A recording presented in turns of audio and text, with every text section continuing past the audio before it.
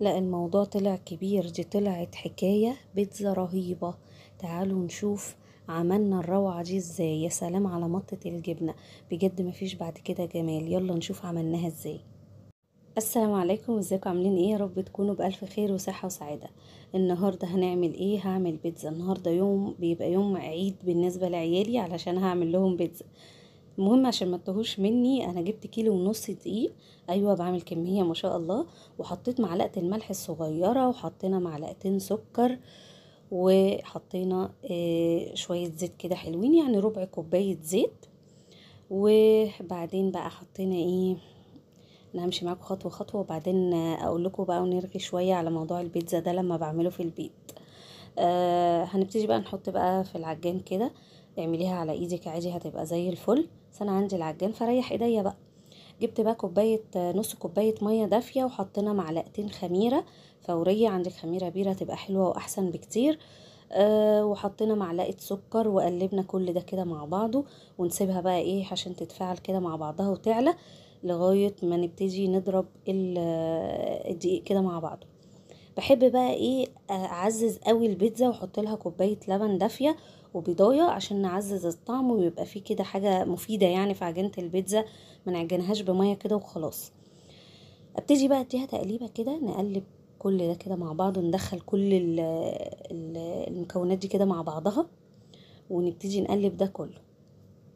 عايزه اقول لكم بقى ان في حاجه وانا بصور، كنت فاكره ان انا بصور وما اتصورتش. ان انا حطيت اللبن والبيضه فما ظهرش طبعا معاكم. وكنت فاكره ان انا بصور. هنا بقى الخميره هي ما شاء الله زي ما انتم شايفين عليت. هحطها بقى على الدقيق. تمام كده. انا بقلب بقى كده عشان كله يدخل مع بعضه.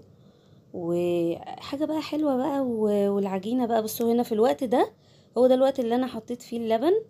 كنت ده الاول اهو باين اهو وانا بمسح. وحطيت البيضه وكنت فاكره اني بصور طبعا. هقلب بقى كده شويه العجان كده مع بعضه، كله يدخل ويتجانس مع بعضه. وابتديت لا باين وانا بحط اللبن اهو. ما كانش باين وانا بعمل المونتاج، تصدقوا بان دلوقتي وانا بسجل بصوتي. وكنت حطيت البيضه طبعا. هنقلب. يعتبر ما حطيتش ميه خالص، يعني انا ما حطيتش ميه خالص. هي احتاجت معايا شويه لبن تاني دافين. يعني ما شاء الله ده كيلو ونص دقيق. هنحط بقى الخميره اللي ما شاء الله عليت معانا دي. نحطها بقى على الدقيق. شايفين كده نبتدي نلملم بقى الدقيق ده كله. ده اليوم العالمي. اليوم العالمي بتاع البيتزا. احنا ولا صينيه ولا صينيتين ولا 3 ولا 4. حفلة. بعمل بجد حرفيا حفلة بيتزا. اللي هو بيبقى نظام غدا وعشاء كمان، يعني عيشوا بقى وممكن يقعد للفطار يعني. خلاص بقى هو اليوم العجن العالمي. فبيبقى بالنسبة لعيالي فرحة ما بعدها فرحة. مش عايزين بقى نقول بقى كلمة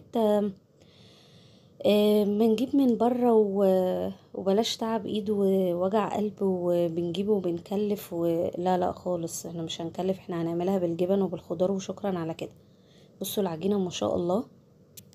العجان ما يعني عجانها حلوة قوي ما شاء الله. لينة وتحفة. لا، عجينة حلوة ومحترمة جدا. زي ما انتم شايفين كده ما شاء الله. هتطلع معانا كمية كور هتشوفوا دلوقتي. بسم الله ما شاء الله. انا بقى بقعد كده لملمها وافردها كده رول كده بالطول. وبعدين ابتدي بقى اقطعها على قد الكورة، اللي هي على قد الصينية بالظبط، حجم الصينية بتاعتك. زي ما انتم شايفين كده ما شاء الله. 1 2 3 4 ما شاء الله ما شاء الله. عايزة اقول لكم يعني عملت لي 9 صواني. الله اكبر. شوفوا بقى جمال الكرة عاملة ازاي. بصوا العجينة عاملة ازاي، يعني لينة وجميلة. وبتتمط معاكي كده بكل سهولة وارتياحية. مفيش بعد كده جمال الصراحة يا جماعة. يعني عايزة اقول لكم برضو فكرة انك تحطي اللبن والبيض دي انت بتعززي الطعم وعشان ولادك. يعني بلاش تعجنيها بلبن بس، قصدي بمية بس. يعني كده تديها نسبة الكالسيوم يعني حاجة حلوة. تحط بقى دهنة كده على الوش. بصوا ما شاء الله 9 كور. نبتدي بقى نسيبها ايه، نغطيها كده بستريتش بقى بكيس عندك بلاستيك عادي. وتحطي عليها فوطة. احنا طبعا الجو حر، مش هتاخد بالظبط ربع ساعة وهتلاقيها ما شاء الله. انا بجيب صلصة علب عادية خالص، وحط بقى الكمية اللي انت عايزة كتير تقلليها، مش حابة الصلصة كتير براحتك. صلصة عادية، ونحط شوية مية نفككها، يعني ما تبقى سايبة خالص، تبقى برضو سمكها حلو.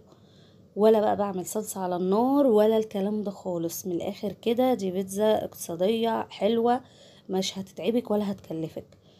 حطينا شوية زيت وشوية ملح.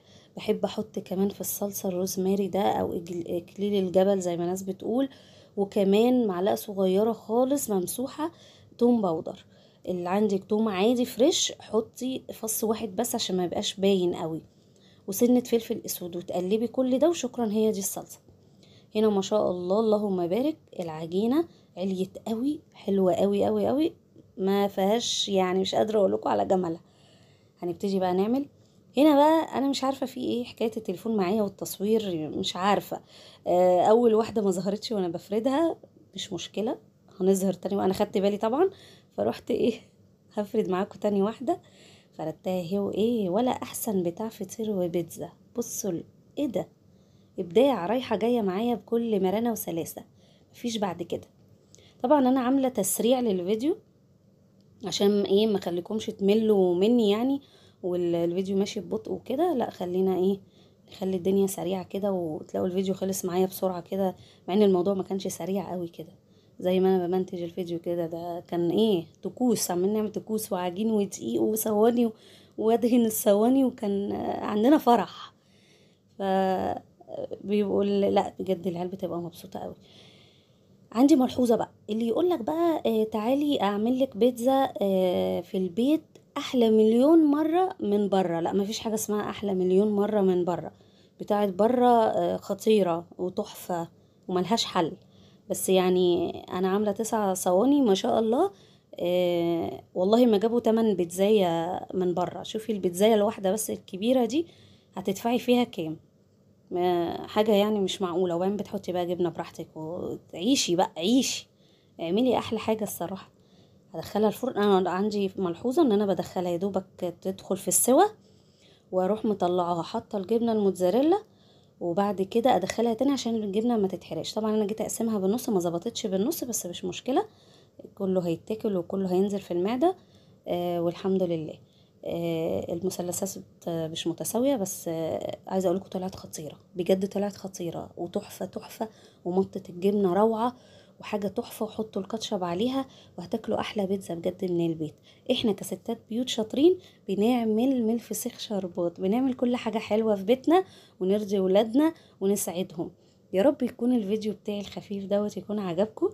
ولو عجبكم استناكم ان شاء الله تشوفوني 2 3 4 5 اللي بيشاهدوني. اشوفكم على خير ان شاء الله في فيديو